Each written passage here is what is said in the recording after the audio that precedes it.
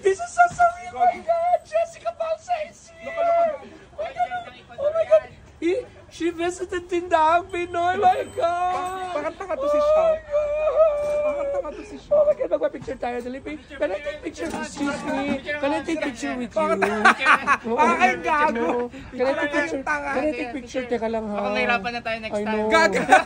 Wait lang. X-I-A-O-V-I-B-E-S.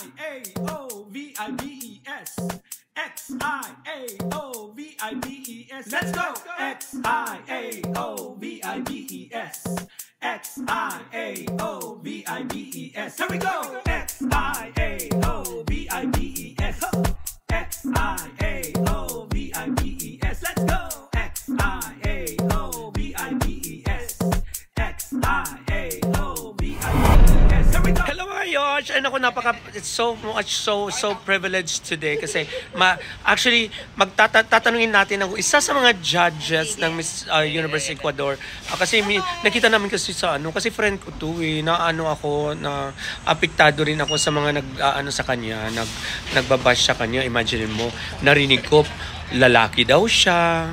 So, meron nagsabi na hiniram niya ang wig ng isang kandidat. Yung mga ganun, pero lilinawin niya ngayon dito sa video na to. Kaya, sige, pakinggan na lang natin. Marami pa siyang ichichika sa atin kung anong mga nangyari sa kanya. Kasi napaka-controversial na judge to ng Miss Universe Ecuador. Nakakaloka. Ito, panoorin ninyo. So, anong nangyari? Pumunta kami sa opposite direction. Pati siya naliligaw. Siyempre, di ba? Anong story? Anong part ng Nung story? sinundo ako ng driver. Sa Ecuador. Anong oras to? Madaling araw. So, dalawa lang kami. Siya hindi kami nagkakaintindihan, di ba? Yung GPS daw, hindi na gumagana. Eto na, nagkaroon na ng GPS. Nagkaroon na ng signal. Pag nung nakita sa cellphone, 3G. Ang hirap humagap ng signal. So yung 2.5 hours na papunta dun sa Guayaquil Airport to Machala, dapat 2.5, naging almost 4 hours. Pag-di umaga ka na? Mga 3 o'clock. 3 o'clock na ako nakarating. Kasi talagang, parang tapos di ba liblib? Alam mo yun? Probinsya. Marunong mag-Ingles. Ako naloka na. Delikado. It's just you and the driver? Yes, sabi ko nga. Is the driver pogi? Hindi. Kaya pala irita ka. Hindi naman ako narita, pero parang na-test yung patience ko. Sabi ko, oh my God. With all the happenings before. Oo, naloka ako na. So, ito na yung statement mo. Anong nangyari? Ba't hindi tayo magkasabay umalis? Hindi ko alam pala na kailangan ng visa. Ang mga US residents pala hindi pa kailangan daw ng visa. Oo. Anong ginawa mo? Nagpanic. Anxiety. Ako ba? Sino yung mga tinawagan mo nung nagpanic ka? Wala, nag-reply ako kay Jen. Nag-reply ako kay Jen. $50, internet ko na. Oo, tapos nabulabog yung lahat kasi sinabi ko. Ano sinabi mo? Sabi ko, hindi na lang ako matutulog na lang ako, mag-a-atiban na lang ako. Saan mo kinuha yung atiban? Ha? May stash ako. Nag-addict, charot. Kasi nakaka-depress yun, imagine. Pinaghandaan ko yun. Tapos hindi ako matutulog. Nag-text ka kami, so anong reply yun sa'yo? Ha? Sabi niya sa akin, ganyan daw talaga mga nangyayari. Sabi niya, laging may bumps in the road. Kailangan daw wag daw ako magpanic. Kasi magagawan daw ng paraan. Akala ko sabi niya, balitaan mo na lang ako. Sabi nga niya sa akin, pumalma na ako nung nagkaroon ako ng visa. In a way, kasalanan mo rin. In a way, kasalanan ko rin. Kasi hindi ako nag-double check. Although, di ba, although yung travel agent, binigay ko na lahat. Pati yung documents ko. So sa lahat na nagpanic, anong masasabi mo? Ha? Sa lahat na nagpanic sa'yo, anong masasabi mo? Thank you so much for your support. Salamat sa dasal. Tapos mo, sabi mo sana rin, I am sorry. Ang nakakaloka. Papasalamatan ko rin ng Kadox kasi tawag nito, after nung nakuha ko yung visa ko, nagutom ako. Kumain ako ng inasal. Tinutuko mo pala? Oo, kumain ako ng inasal. Ilang inasal? 2. Nakalimutan Pero half tayo. rice lang. Half rice. Protein. Mabash na naman. So, anong masasabi mo Pero sa bakit mga ano bashes? sinasabi niya ba't kami nabash? Dahil Kasi ganito yon. So yung yung second runner up, she finished second runner up. Dati siyang Miss Earth. oo. Miss Earth na kinoronahan sa Pilipinas. So meron siyang affiliation sa Filipinos. So Kanyar. si Miss Kanyar, si Catherine Espin.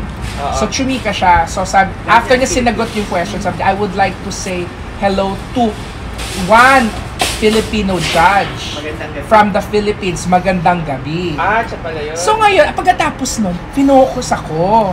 Finokus ako na sa totoo lang, hindi na, siguro yung cameraman dahil siguro alam niya, taga-Philippines ako. She did not, hindi niya talaga ako, hindi para sa akin yun, para kay Jen. Kasi si Jen nauna siyang dumating at chumika silang dalawa. Nagkataon, finokus ako ng camera. Nung time na nakaganyan ako. Pero ang totoo, bakit ka nakagano? Kasi naiihi ako. Wala akong makitang portrait na papaganyan ako. Jingle na jingle ako dahil. Na-focus din. Ayan na yung mga chika. So ano yung masasabi mo sa mga... Supladita daw ako, di daw ako ngumingiti. Tapos meron mo nagde-defense sa akin. Nakasibangot daw ako, pero pumalakpak naman daw ako. Pero anong masasabi mo sa mga nagbabash sa'yo? Okay lang, kasi Mas lalo yung mga sabi macho ka daw. ha? Merong isa na macho ka daw. Ito na nga, ganito, may Latin, mayroong Latin Instagram, ewan ko kung sino yung Latina or Latina.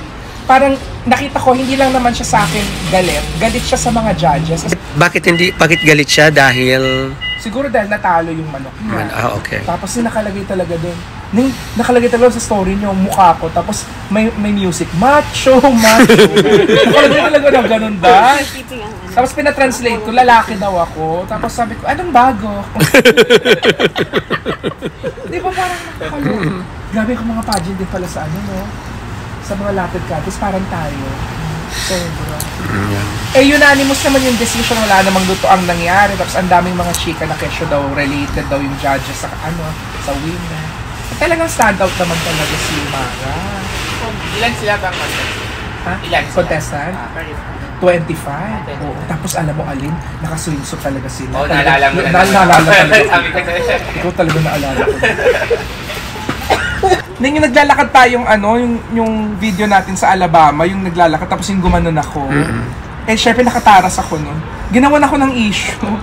Kaya daw tuwan-tuwa daw si Tuwan-tuwa daw ako kay Miss Guayaquil dun sa nanalo kay Mara kasi hiniram ko daw yung taras. Ayun. Nauna naman ako.